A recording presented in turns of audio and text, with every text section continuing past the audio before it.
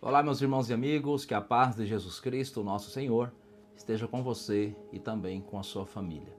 E existem algumas passagens bíblicas que elas poderiam ser um resumo de toda a história da redenção. Uma destas passagens é Apocalipse, capítulo número 11, do versículo 1 até o versículo 14. Aqui em Apocalipse, capítulo 11, a Bíblia vai fazer a descrição do ministério profético da chamada duas testemunhas. Dois homens que irão pregar a palavra do Senhor nosso Deus durante o primeiro período da grande tribulação. Nós sabemos pela Bíblia que após o Senhor Jesus arrebatar a sua igreja, haverá um período de 7 anos, que este período é chamado também de período da grande tribulação. Durante este período, o Senhor nosso Deus irá permitir que Satanás use um homem que na Bíblia é descrito como anticristo, como filho do pecado, filho da perdição. Este homem, ele irá governar o mundo durante 7 anos. E durante os 3 primeiros anos, os 3 anos e meio iniciais, a palavra de Deus nos diz aqui em Apocalipse capítulo 11, que Deus irá conceder à nação de Israel, à cidade de Jerusalém, duas testemunhas, dois pregadores diferenciados que irão pregar a palavra de Deus por um período determinado na Bíblia como um período de 1266 dias. Esses dois pregadores, que nós não sabemos quem são, e nem adianta especular quem são, eles têm um ministério bastante parecido com o ministério do profeta Moisés e com o ministério do profeta Elias. E é bastante curioso que, levando-se em conta que nós entendemos que neste período a igreja de Jesus Cristo já estará fora da terra, já terá sido arrebatada, a Bíblia faz menção em Apocalipse capítulo 11, versículo 4, que estes dois homens são chamados como duas oliveiras e dois castiçais que estão diante de Deus, o Deus de toda a terra. Oliveira e castiçais são figuras que por vezes representam, simbolizam o poder do Espírito Santo. Então nós entendemos que estes homens, mesmo naquele período tão tenebroso, que é o período da grande tribulação, irão realizar um ministério poderoso debaixo do poder do Espírito Santo. A Bíblia chega a dizer que eles terão autoridade, terão poder sobre a vida e sobre a morte. Se alguém quiser lhes fazer mal, diz a Bíblia Sagrada que eles terão o poder de tirar a vida daquelas pessoas que estão pretendendo lhes fazer mal.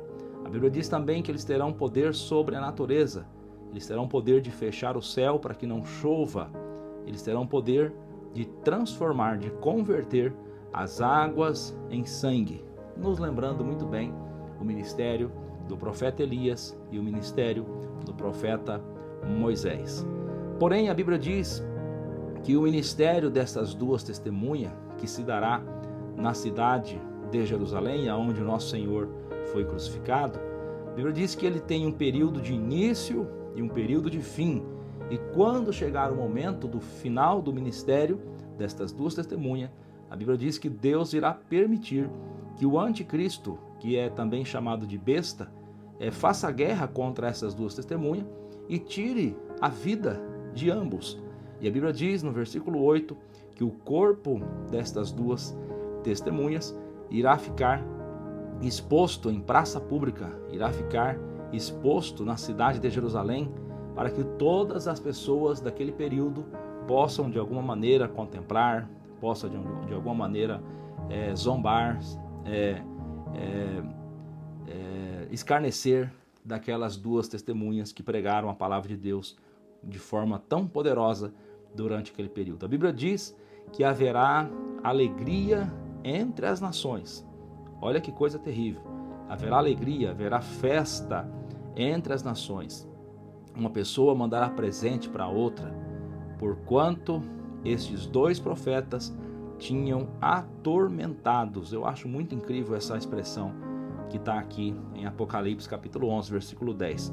Tinham atormentado os que habitam sobre a face da terra.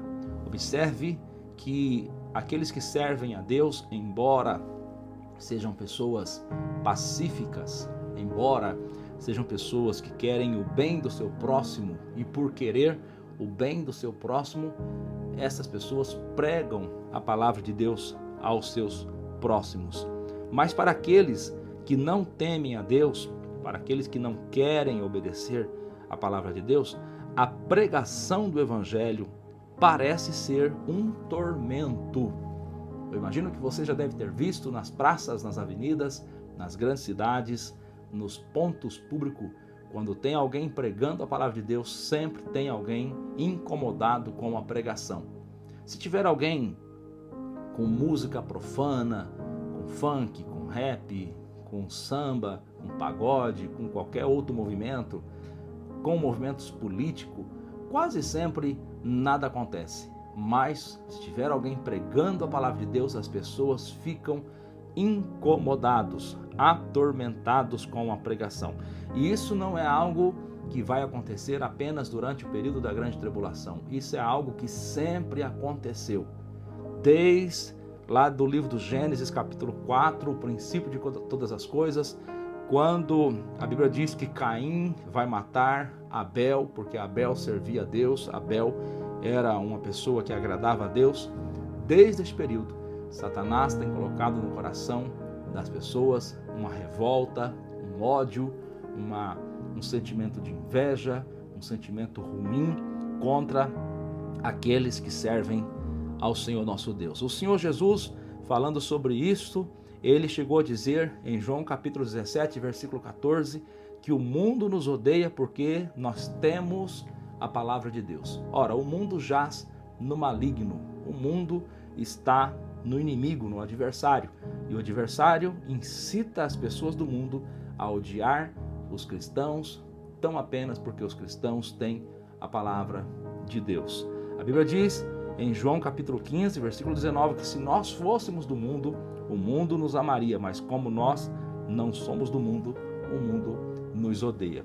Em João capítulo 15, versículo 20, Jesus falou que assim como perseguiram a ele, também haveriam de nos perseguir. E em Mateus capítulo 5, versículo de número 12, Jesus nos fala que nós devemos até mesmo nos alegrar por ser perseguido pelo mundo, porque assim também foram perseguidos os profetas, os santos e santas mulheres de Deus que serviram a Deus durante todas as eras, durante todos os períodos que existe ser humano na face da terra. A Bíblia chega a dizer que se fosse o contrário, nós deveríamos estar preocupados. Lá em Lucas capítulo 6, versículo 26, Jesus falou que se o mundo começar a nos elogiar, falar bem de nós, nós devemos nos preocupar. Ai de vós quando disserem bem a respeito de vós. Eu fico sinceramente preocupado quando eu vejo pastores recebendo honraria por parte de político, por parte do sistema do mundo, por parte das associações de comércio, por parte das associações que existem no mundo, né?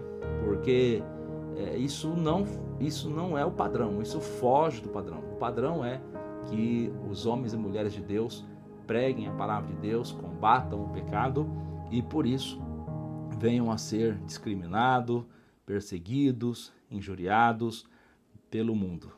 Jesus falou em Mateus capítulo 5 que a igreja é o sal da terra e a luz do mundo. Porém, Jesus falou em Mateus capítulo 5, versículo 13, que se o sal tornar-se insípido, ele para nada mais presta, senão para ser lançado fora e ser pisado pelos homens.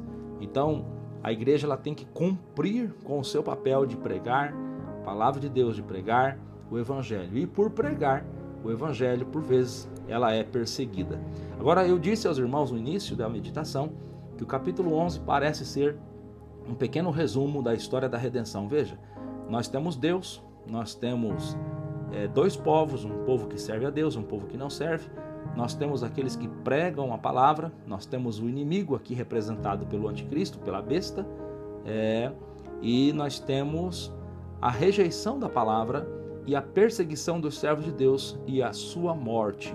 Mas veja que coisa interessante, que no versículo de número 11 do capítulo 11 de Apocalipse, a Bíblia diz que depois de 3 dias e meio, o Espírito de vida vindo de Deus entrou neles e puseram-se sobre os seus pés, e caiu grande temor sobre os que os viram, e ouviram uma voz do céu que lhes dizia: subi para cá. E subiram ao céu em uma nuvem, e os seus inimigos os viram. Observe que após todo aquele processo de pregação, de perseguição e de morte, eles são ressuscitados e são convidados por Deus a subirem aos céus. E assim acontece. Os servos de Deus sempre estarão juntos do seu Deus. E aqui eles sobem aos céus para ficarem junto de Deus, longe do anticristo, longe de Satanás, longe dos ímpios, longe deste mundo, longe daqueles que lhes fizeram mal, mas agora perto daquele que é a fonte de todo bem, o Senhor nosso Deus. Após eles subirem ao céu, veja que acontece uma tragédia, uma calamidade, uma catástrofe no mundo. E naquela mesma hora houve um grande terremoto, Apocalipse capítulo 11, versículo 13. E caiu a 10ª parte da cidade, e no terremoto foram mortos 7.000 homens, e os demais ficaram muito atemorizados e deram glória ao Deus do céu. Observe que após as 2 testemunhas serem removidas da terra, acontece a tragédia, acontece a calamidade. Observe que você consegue fazer um paralelo com a igreja. Assim também a igreja, ao ser arrebatada da terra, abre espaço para que as tragédias, para que a ira de Deus se derrame sobre o mundo. Observe que aqui nós temos um breve resumo, embora seja um relato, sobre as 2 testemunhas, mas nós podemos fazer um paralelo com a igreja. Que o Senhor nosso Deus nos abençoe e nos guarde. Que o Senhor nosso Deus nos ajude a continuar sendo a luz do mundo e o sal da terra. Que o Senhor nosso Deus te ajude a vencer. Está escrito em João 16:33. No mundo tereis aflições, mas tende bom ânimo, eu venci o mundo. Jesus venceu e Jesus nos garante também a vitória. Fica firme com o Senhor, aguardando a volta de Jesus Cristo.